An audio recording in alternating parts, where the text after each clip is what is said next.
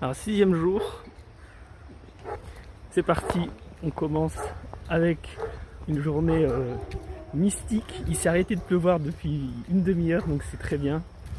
Quand je me suis levé, il pleuvait, je me suis dit oula, ça va pas être terrible. Et puis ça s'est calmé, donc c'est génial. Très bien. Ici il pleut la nuit, mais pas la journée, donc c'est... Enfin en tout cas les derniers jours. Donc c'est parti, à tout à l'heure. Il y a un début de parcours somme toute très agréable, avec des petits villages, des gens qui balayent devant chez eux et qui disent good morning quand je passe, avec un grand sourire. Mais c'est très agréable. C'est très agréable, ces sourires gratuits, purs, gentils. C'est vraiment touchant. Ouais. Je suis très sensible à ça et je pense que c'est un des côtés agréables de vivre dans un pays comme ici où ils aiment bien les étrangers. Je sais pas exactement ce que c'est que d'être un Sri Lankais parmi les Sri Lankais, mais en tout cas quand on est étranger au Sri Lanka, ils ont une fascination et un respect pour les Européens, les Occidentaux, et donc ils sont très agréables, très gentils, et c'est de toute façon je pense leur nature profonde. Mais c'est quelque chose que je vais partager qui fait du bien, un sourire gratuit, gentil, qui n'est pas intéressé. Il y a une espèce de douceur, de pureté qui émane de ces sourires, de ces échanges, et c'est juste extra. Ouais.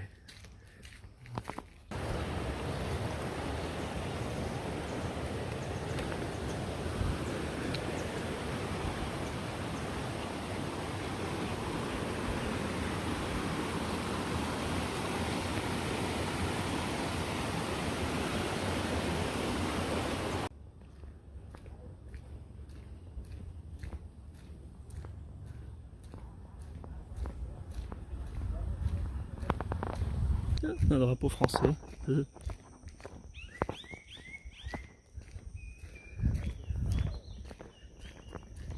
morning.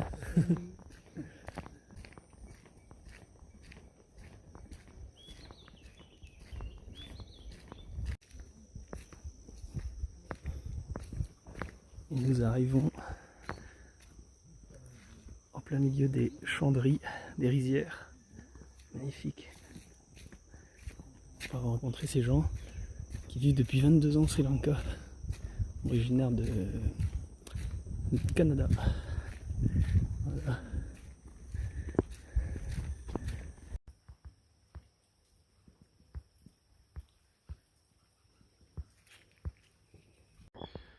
Alors c'est le 5e jour, c'est pas hyper dur, c'est toujours un chemin qui est un peu comme ça, qui monte et qui descend, et qui passe par des petits villages et des maisons de temps en temps. Donc c'est plutôt plaisant.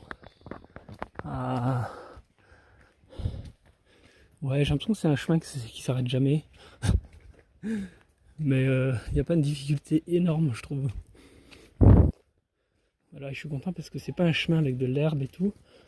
Pour une fois, d'habitude j'aime bien quand il y a de l'herbe parce que c'est moelleux.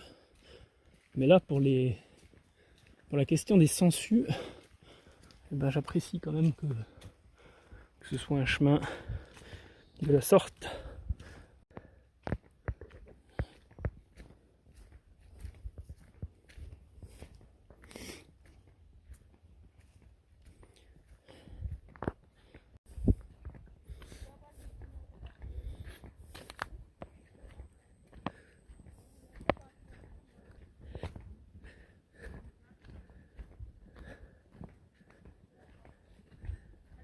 Hello.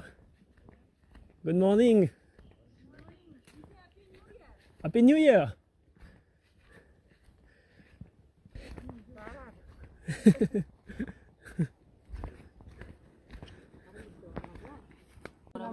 Lunchtime. Happy New Year. Happy New Year! Kohomada! Muhammadan gekler. Olmadı.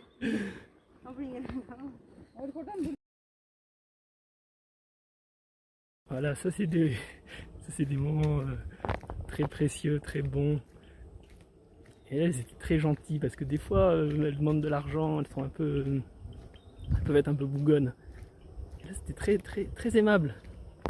Alors je leur ai donné un petit caramel que j'ai prévu. Mais ouais, j'ai beaucoup de respect, d'admiration pour ces femmes qui ramassent le thé comme ça par tous les temps et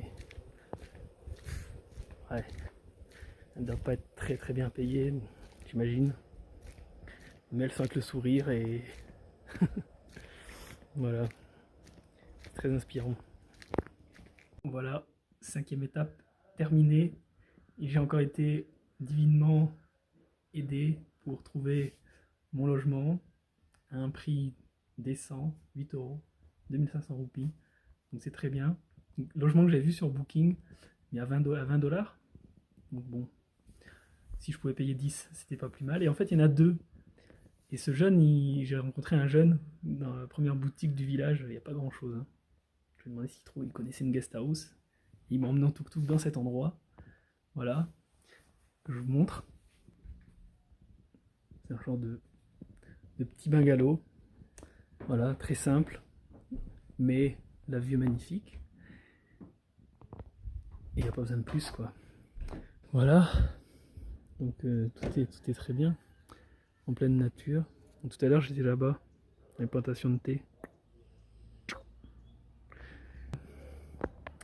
A bientôt, ciao, bye bye.